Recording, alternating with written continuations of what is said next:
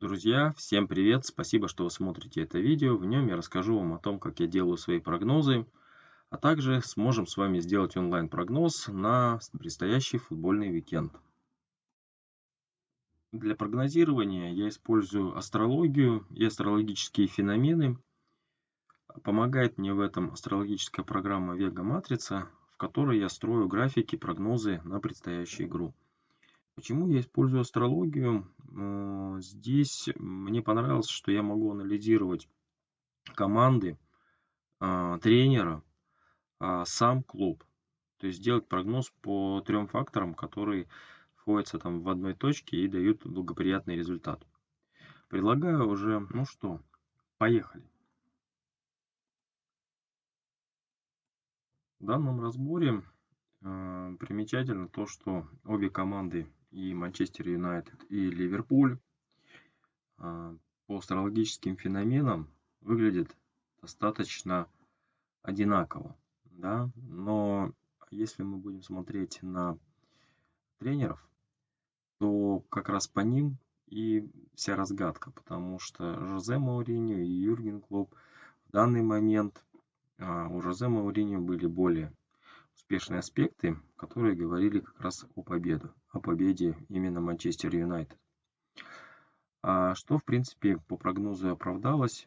Да, была сделана ставка, и, соответственно, Манчестер Юнайтед победил. Это как раз вот та техника, когда мы смотрим на гороскоп тренера и анализируем его на текущую дату. Следующий разбор – это разбор матча Лиги Европы между Атлетиком и Марселем. Здесь примечательно то, что все 3 фактора – гороскоп команды, гороскоп тренера и гороскоп команды здесь именно самого клуба, а здесь гороскоп команды именно тех игроков, которые вышли на поле. Они все 3 показали положительный результат. Соответственно, Атлетик уже я просто не смотрел, потому что здесь бессмысленно. Здесь все указывает на победу Марселя. Соответственно, что как и было. В принципе, коэффициент был 3,22, достаточно хороший. В текущем примере прогноз делается на основе гороскопа клуба по дате сознания. Соответственно, гороскоп клуба Бавария Боруссия создать легко. Даты все известны. Соответственно, был сделан расчет. График показывает зеленую кривую, что говорит о благоприятном исходе. И, соответственно, у Боруссии это кривая красная. Сделан прогноз. Соответственно, ставка сыграла. Все отлично. Кристал Пэлас, Лестер. Тоже были известны даты создания клуба. Был сделан прогноз. Здесь примечательно, что была кризисная кривая здесь ситуация, да, красная. Через нее пробивается зеленая положительная. Но у Лестера наоборот. Соответственно, бьется красная через зеленые положительные аспекты. В данном разборе ситуация интересна тем, что здесь был спрогнозирован ничейный результат. Это делалось на основе того, что были непонятные графики у тренеров, а у самих команд. У Баварии мы видим вообще 2 кривые, кризисная и положительная, вместе сжались, да. И у команды Реал, соответственно, и зеленая, и красная кривые тоже сходились. По астрологическим феноменам, по тем наблюдениям, которые я делаю постоянно, это указывает на то, что будет ничейный результат в данном матче. Соответственно, был сделан прогноз, и ставка зашла. Друзья, а теперь, как и обещал, давайте сделаем прогноз по Испании. Сегодня у нас играет Испания, завершающий тур.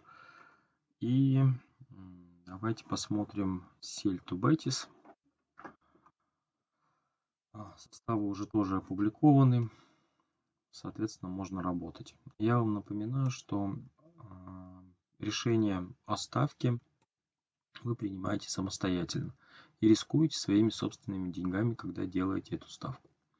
Мои рекомендации не являются стопроцентными и нет гарантии выигрыша. Теперь переходим к самому прогнозу.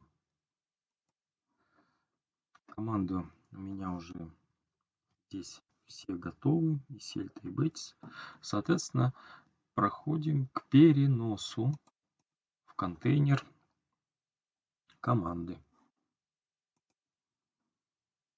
Так, состав у нас набит. Соответственно, теперь запускаем программу и производим расчет. Смотрим на график.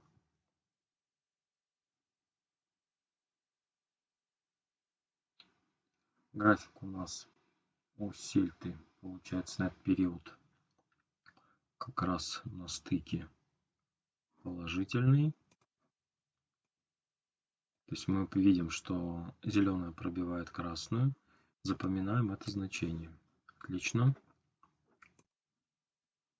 Теперь то же самое делаем с Бетисом.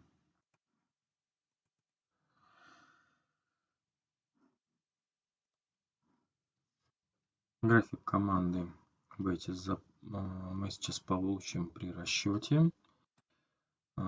Запускаем расчет.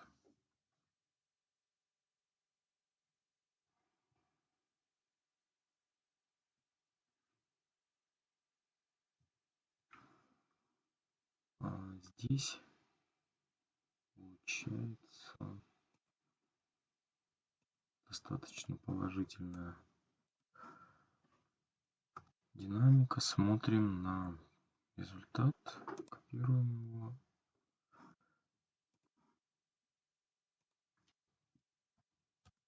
И переносим сюда. Так, здесь у нас была Сельта. И здесь у нас появился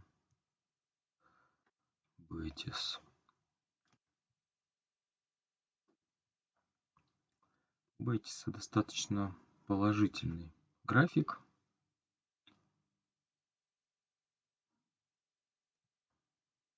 Друзья, по графикам групповой команды пока не удается выявить. Мы видим, что значения очень близки. Мне у Сельты очень нравится вот этот пробой кризисной кривой. Но с другой стороны, то, что у Бетиса все в зеленой зоне достаточно хорошо, не выдает ясной картины. Давайте еще посмотрим ситуацию по тренерам. Может быть, здесь у нас будут подсказки. Так, Мануэль Пеллегрини, это у нас Бетис.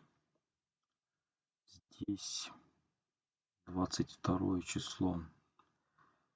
Здесь больше переход в этой области кризисную. Давайте посмотрим, что дальше. Так, и эти значения 59,75. Ну, давайте принтскрин сделаем. Поставим его сюда.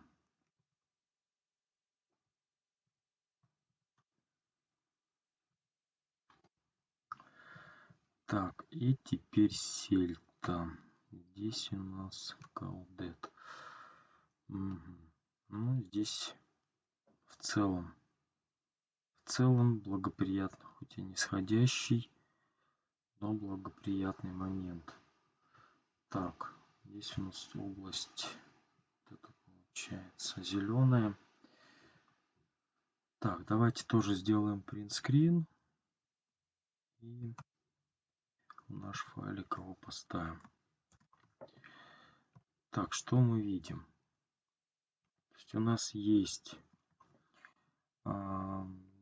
хорошая игра обоих команд, но кризисный график Сельты мне говорит, что все-таки должен победить Бетис.